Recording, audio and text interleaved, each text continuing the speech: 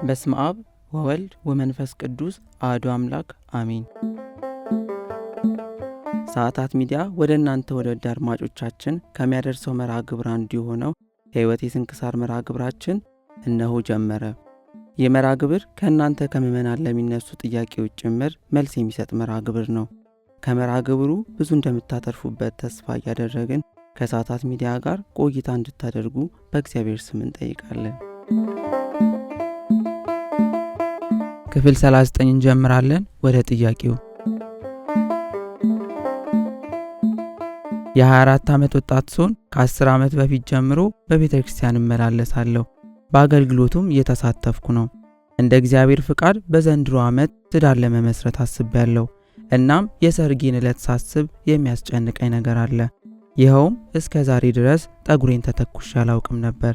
ነገር ግን ቤተሰቦቼም ሆኑ ጓደኞቼ የዚያን ዕለት መተኮስ እንዳለብኝ ይነግሩኛል። አንዳንድ ሰባኪያን ጸያፍ እንደሆነ ሲናገሩ ስለምሰማ ምን እንደማደርግ ሳስብ ግራ ይገባኛል። በአጠቃላይ ያለባበሴና የሥርዓቱም ሁኔታ እንደዚያው። ከተክሊል ጋብቻ በኋላ ሽርሽር መሄድ ይቻላል ትለናለች እህታችን። መልካም። ወንድ ጠጉሩን ቢያስረዝም ነውር እንዲሆንበት፣ ሴት ግን ጠጉሯን ብታስረዝም ክብር እንዲሆንላት ተፈጥሮ እንኳን አያስተምራችሁም። ጠጉሯ መጎናጸፊያ ሊሆን ተሰጥቷልና ይለናል ሐዋርያው ቅዱስ ጳውሎስ ለቆሮንቶስ በላከላቸው መልእክቱ አንደኛ ቆሮንቶስ 14:15 ላይ።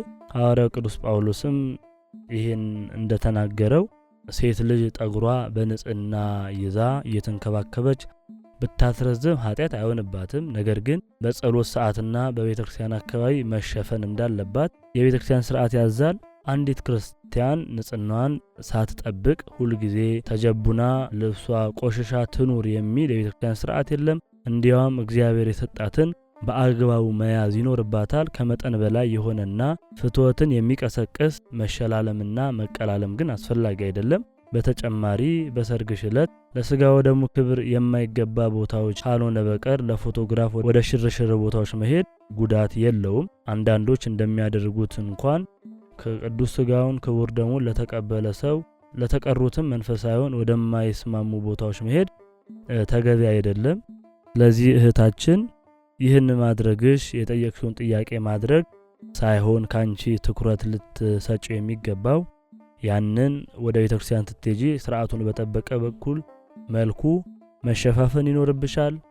ወደ ሽርሽር ቦታ መሄዱ ደግሞ ለፎቶግራፍና ለሽርሽር ወደ ተለያዩ ቦታዎች ማለትም ወደ ሽርሽር ቦታ መሄድ ፎቶ መነሳት ችግር የለውም። ቅዱስ ሥጋውን ክቡር ደሙን ለተቀበለም አይደለም እንዳልነው ለማንኛውም ሰው አግባብ ያልሆነ ቦታ ላይ መሄድ እግዚአብሔር የሚያሳዝን ከሆነ የተከለከለ ተገቢ እንዳልሆነ ልትረጂ ይገባል። ይቆየን።